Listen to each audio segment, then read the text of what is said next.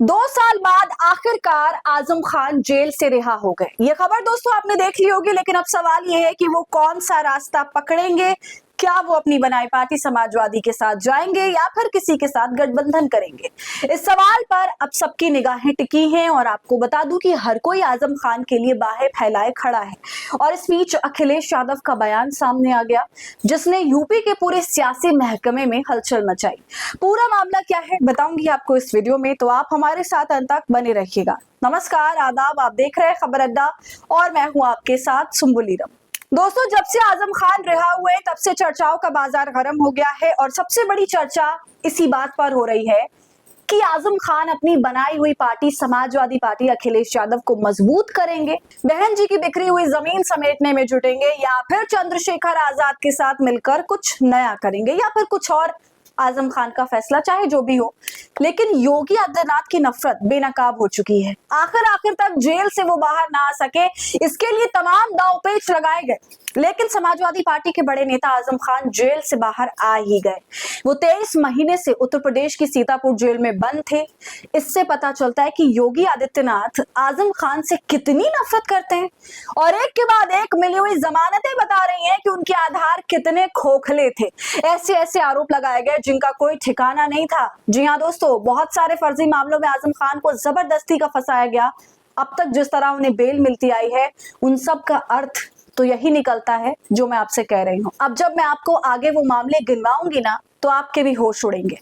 सुनिए, जमीन हड़पने से लेकर फर्जी जन्म प्रमाण पत्र बनाने, भड़काऊ भाषण देने से लेकर तोड़फोड़ करने और घर कब्जा करने तक, एक एफआईआर में तो सहयोगियों के साथ मिलकर बकरी चुराने का है। आपको बता दें कि आजम खान के खिलाफ कुल 104 मुकदमे दर्ज हैं। इनमें से 93 मामले रामपुर में हैं, 90 मामले योगी आदित्यनाथ के मुख्यमंत्री बनने के बाद दर्ज किए गए। अब सारे मामलों में आजम खान को जमानत मिल चुकी है। कुछ मामले तो ऐसे दर्ज किए गए हैं जो नफरत की सारी प्रकाष्ठा को पार कर जाते हैं। सुनकर भी हैरानी होती है और बिल्कुल साफ समझ आता है कि ये सब कुछ टारगेटेड है। सिर्फ और सिर्फ मुस्लिम नेताओं को टारगेट करने का काम किया गया है, जैसे लगातार किया गया हम सभी ने देखा। आपको याद दिला दूं कि अकेले जुलाई 2019 में ही 22 मामले दर्ज किए गए। 12 जुलाई को रात 2:19 पर एफआईआर लिखी गई। 16 जुलाई को रात 10:30 बजे से लेकर 11:30 बजे के बीच 8 मामले दर्ज किए गए। इसी तरह 18 जुलाई की रात 10:30 बजे से 19 जुलाई की सुबह 6 बजे तक 10 मामले दर्ज किए गए। मतलब पूरी रात जाकर पूरा थाना अकेले आजम खान के खिलाफ मुकदमे लिखता रहा। 2023 से 2 साल तक योगी आदित्यनाथ ने 77 साल के आजम खान को जेल में डाले रखा। समझ रहे हैं? देख लीजिए, ऐसे ऐसे खेल खेला जाता है, लेकिन एक भी मामले में इतने पुख्ता सबूत या दलील पेश नहीं कर सके कि उन्हें और लंबे समय तक जेल में सड़ाया जाए। तो अब आप ही बताइए कि ये सब कुछ टारगेटेड था कि नहीं। तो अब आप ही बताइए दोस्तों कि ये सब कुछ टारगेट करने के तहत नहीं था तो और क्या था। और ऐसा भी नहीं है कि लंबे समय तक जेल में रखने की कोशिश नहीं की गई, पूरी कोशिश की गई। 17 सितंबर तक जब आखिरी मामले में अदालत ने उन्हें जमानत दे दी, लगा अब तो वो बाहर आ जाएंगे। और जैसे ही योगी को लगा कि अब तो आजम बाहर आ जाएंगे, तभी पुलिस ने शत्रु संपत्ति के मामले में नई धाराएं जोड़ दी। लेकिन 20 सितंबर को रामपुर कोर्ट ने इन धाराओं को खारिज कर दिया। अदालत भी समझ गई कि आजम खान से सियासी शत्रुता साधी जा रही है। इसके बाद उनको रिहाई का रास्ता साफ हो गया। लेकिन मामला यही खत्म नहीं होता। आजम के दोनों बेटे अदीब और अब्दुल्ला उन्हें लेने 7 बजे सवेरे जेल पहुंच गए, लेकिन उनकी रिहाई रोक दी गई। क्यों? कागजी कार्रवाई के दौरान नया पेच फंसा दिया गया। पता चला कि आजम खान पर रामपुर कोर्ट में एक केस चल रहा था जिसमें 3000 के 2 चालान थे। उन्होंने चालान नहीं भरा तो इसलिए रिहाई रोक दी गई। और जब ये रकम अदा हुई, चालान की रसीद सीतापुर जेल भेजी गई, तब उसके बाद कहीं जाकर उनकी रिहाई हुई और आजम खान के बाहर आने का वक्त तय हुआ। पूरी गाथा सुनी ना आपने दोस्तों। ऐसे ऐसे परेशान किया गया, कोई आम आदमी इस तरह की परेशानी का तो तस्वुर भी नहीं कर सकता।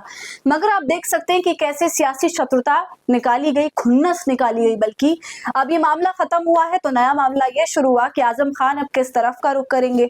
इस बीच अखिलेश यादव का बयान आया है दोस्तों।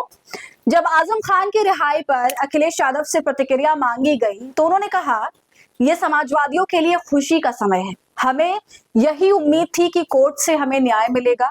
अखिलेश ने आगे कहा, समाजवादी सरकार बनी तो उन पर लगे सभी केस हटेंगे, उन पर चल रहे सभी झूठे केस खत्म होंगे। तो दोस्तों अखिलेश यादव ने तो ऐसा कह दिया और ये संकेत भी दे दिया कि आजम खान उन्हीं के साथ आने वाले हैं। मगर जब आजम खान से अभी कुछ समय पहले ही, कुछ घंटे पहले ही जब मैं ये वीडियो बना रही हूँ, तो उनसे पूछा गया कि आप किस पार्टी में जाएंगे, तो आजम खान ने कोई क्लियर जवाब नहीं दिया कि वो किस पार्टी में जाएंगे। उन्होंने कहा जो अटकलबाजियां कर रहे हैं आप उनसे पूछिए, और हमारा तो इतने सालों में किसी से कोई राब्ता ही नहीं हुआ। अभी हम अपनी सेहत को ठीक करेंगे, उसके बाद सोचेंगे कि क्या करना है। इस तरह का जवाब देकर आजम खान ने अपनी बात को खत्म किया।